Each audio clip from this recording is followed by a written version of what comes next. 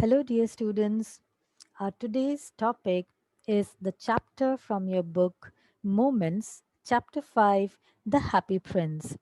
This story is written by Oscar Wilde. He is a popular man of letters in English literatures. Some of his stories have become great examples. The Selfish Giant, The Happy Prince are the most celebrated stories not only of Oscar Wilde but also of English literature. The story The Happy Prince brings out the great idea that love and concern for the poor and miserable people is the greatest service which is blessed by God.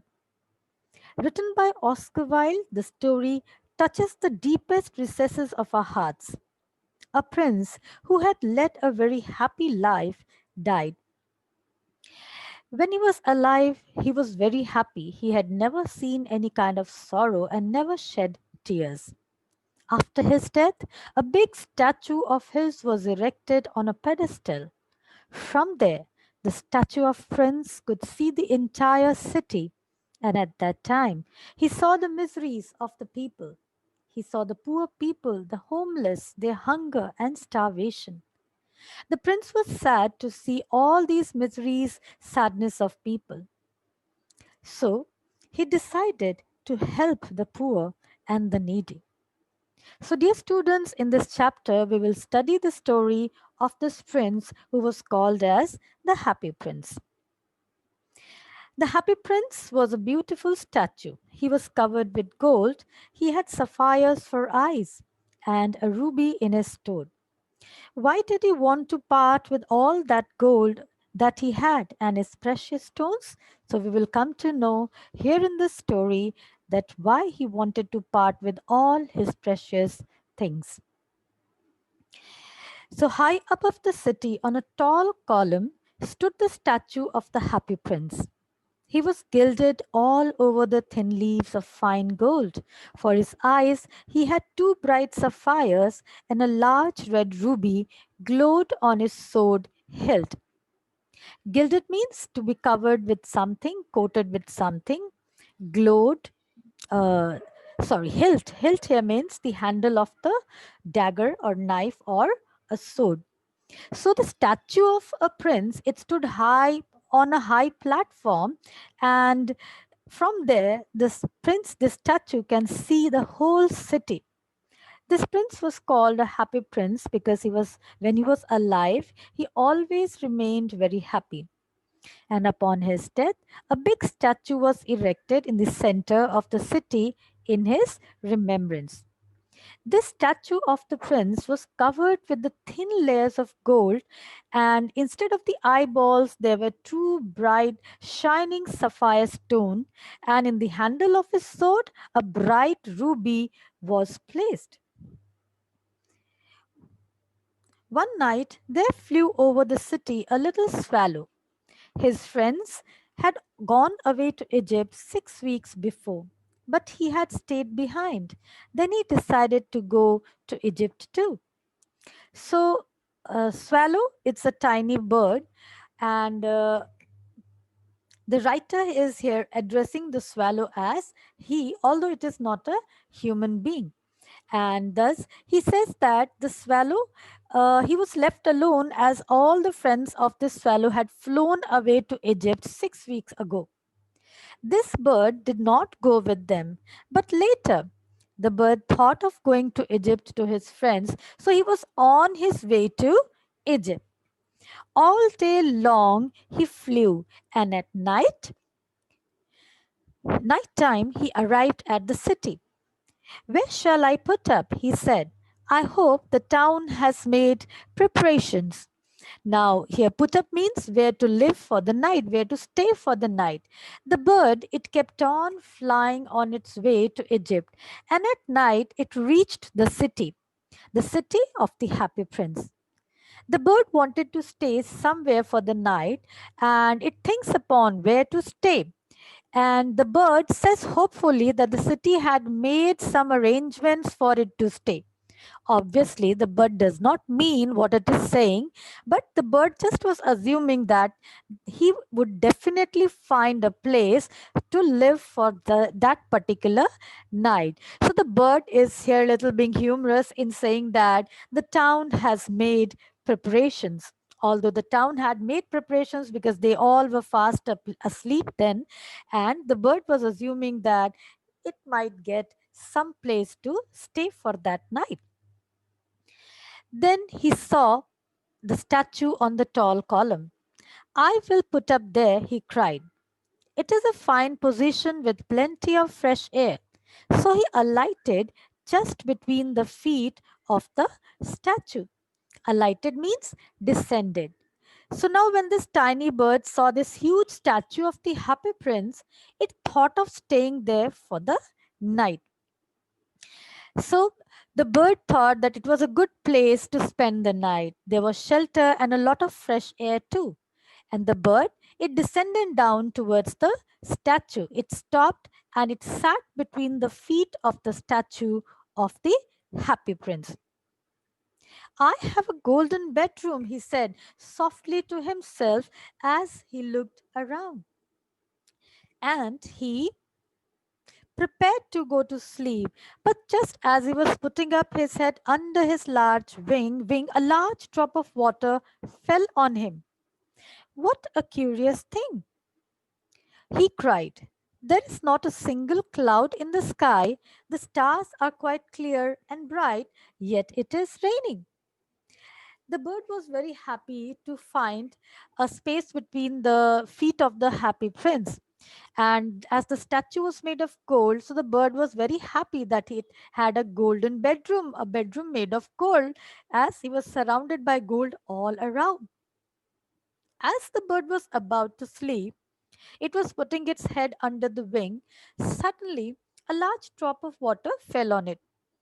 The bird was surprised because all of a sudden a drop of water fell, and he saw that the weather was quite clear. Stars were shining brightly, and yet it was raining. It was a little surprised. And then another drop fell. What is the use of a statue if cannot keep the rain off? He said. I must look for a good chimney pot. And he determined to fly away. So the swallow thought at that moment that the statue was useless because it was not able to protect it from the rain. So he thought he should not sleep under the statue.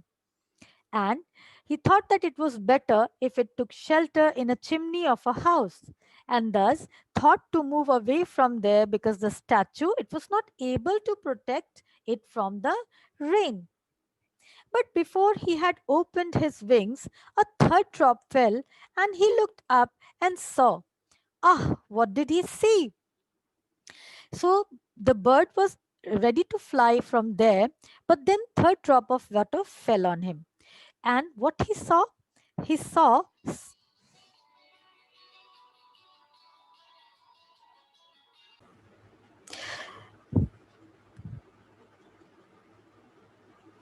So, dear students, before the bird flew away from there, the third drop of water fell on him.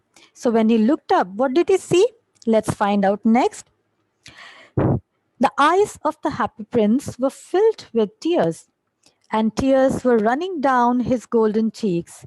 His face was so beautiful in the moonlight that the little swallow was filled with pity. Who are you? He said. I'm the happy prince. Why are you weeping then? Asked the swallow. You have quite drenched me. So, as the bird looked up, what did he say? That he saw that the eyes of the happy princess statue were filled with tears, and those drops of water were the tears, the drops of tears falling off the statue's golden cheeks. So, when the swallow looked at his face, it was looking beautiful in the moonlight, and the swallow's heart was filled with pity for the weeping statue.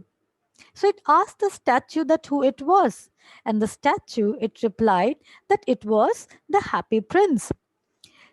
And the swallow also questioned that why it was weeping, and the statue said that When I was alive and had a human heart, answered the statue, I did not know what tears were, for I lived in the palace where sorrow is not allowed to enter. My courtiers called me Happy Prince, and happy indeed I was. So I lived, and so I died. And now that I am dead, they have set me up here so high that I can see the ugliness and all the misery of my city. And though my heart is made of lead, yet I cannot choose but weep. Thus, the happy prince, when the swallow asked the happy prince that why he was weeping, the happy prince he narrated his story to the swallow. The happy prince said that when he was alive and had a human heart here means heart that beats. So when he was alive at that time, he was not aware of what tears were and what sorrow was, as he lived in a palace where there was happiness all around. Sorrow was not allowed to enter the palace. All the people who used to work in his court used to call him Happy Prince because he used to be happy all the time and he had not seen any sorrow at all.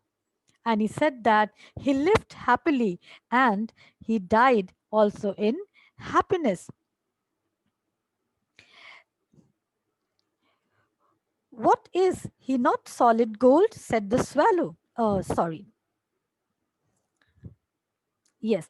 The happy prince said that, and now I am dead. They have set me up here so high that I can see the ugliness and all the misery of my city. So he said that now, as I am dead, that his statue is placed now here on the pedestal, and he could see the whole city, the ugliness of the city. He said that though my heart is made of lead, yet it cannot choose but weep.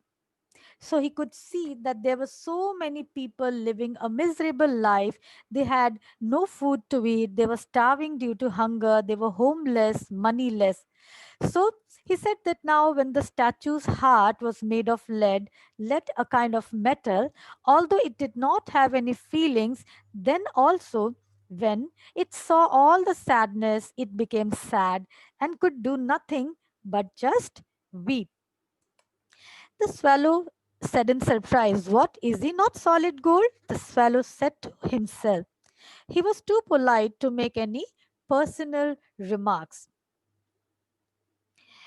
So, when the happy prince was telling his sad story, the swallow was thinking about something else in his mind. So when it came to know that this statue, it was made, his heart was made of lead, the bird wondered that the statue of Happy Prince was not made of solid gold. It was surprised. It thought that from outside the statue was covered with gold, but as it said that the heart was made of lead and not of gold, the sparrow, the swallow was little surprised. So the statue continued. Far away, continued the statue in a low musical voice. Far away in a little street there is a poor house. One of the windows is open, and through it I can see a woman seated at a table.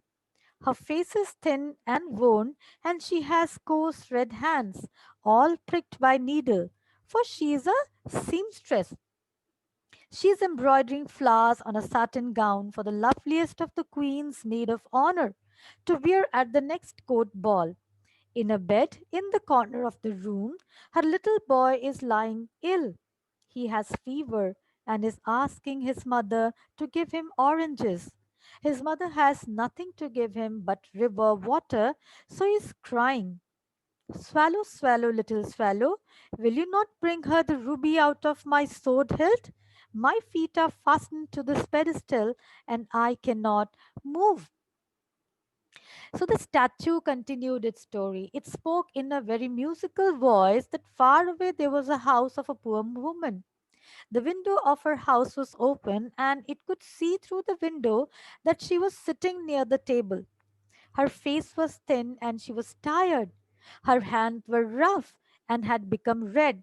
Coarse here means rough. A seamstress means a woman who makes a living by sewing. That means she was a maid tailor.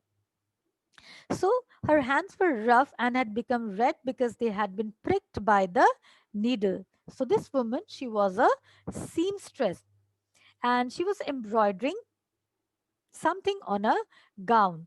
So the woman, she was embroidering flowers on a gown of a queen's maid who would walk along with the queen during the court ball. Court ball refers to a party which is going to be held in that palace. The statue said that the lady who was embroidering the gown had a little child who was not well. He was suffering from fever and was asking his mom to give him oranges. His mother was very poor. She had no money. She could only give him water, that also the river water, and that is why the little boy was crying. So the happy prince, the statue, requested the swallow to take out the ruby stone from the handle of its sword and requested the swallow to give it to the lady. The statue also added that its feet were fastened to the platform, the pedestal, and because of which it could not move.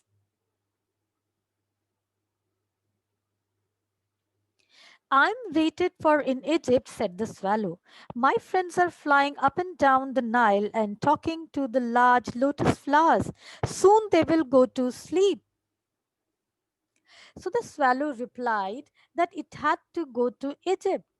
Its friends were waiting for it, and the swallow said that they were in Egypt. They were flying near the Nile River and were talking to the large lotus flowers which grew there. This means that how they were enjoying their day there together. Soon they would go to sleep, and so the swallow wanted to reach Egypt at the earliest. The prince asked the swallow to stay with him for one night and be his messenger. The boy is so thirsty and the mother so sad, he said. The statue, it requested the swallow to stay with him for one night, and he asked him to be his messenger and work on his behalf. Messenger who carries messages. So he wanted him to be messenger and work for him. He said that the boy was very thirsty and his mother was very sad. So it should go and give the ruby stone to her. I don't think I like boys, answered the swallow. I want to go to Egypt. So once again, the swallow opposed his request and said that it did not like boys. So why should it help that boy? Moreover, he said that he had to go to Egypt. But the prince looked so sad that little swallow was sorry. It was very cold here, he said, but he agreed to stay with him for one night and be his messenger. Thank you, little swallow, said the prince. The happy prince looked so sad that the swallow felt sorry for him. And it said that it was very cold there, but still he would stay with him for one night and the next morning it would do his work. The happy prince thanked him. The swallow picked out the great ruby and from the prince's sword and flew away with it in his beak over the roofs of the town. So finally, the swallow accepted the request made by the happy prince and it took out the ruby stone from the happy prince's sword, and the bird took the ruby in its beak and flew over the town. He passed by the cathedral tower where the white marble angels were sculptured. He passed by the palace and heard the sound of dancing. Cathedral tower, it refers to the tower of the church. So the swallow was on its way to the poor woman's house and it passed the church, and on the church's tower white colored marble angels were sculptured, were carved out. Then he reached the palace, he crossed the palace, and he could hear the sound of dancing from inside the palace. He could hear the music and the sound of dancing. The people, they were dancing there in the palace.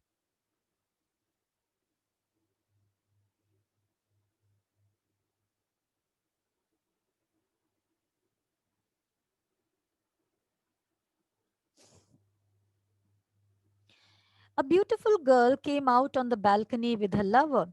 I hope my dress will be ready in time for the state ball, she said.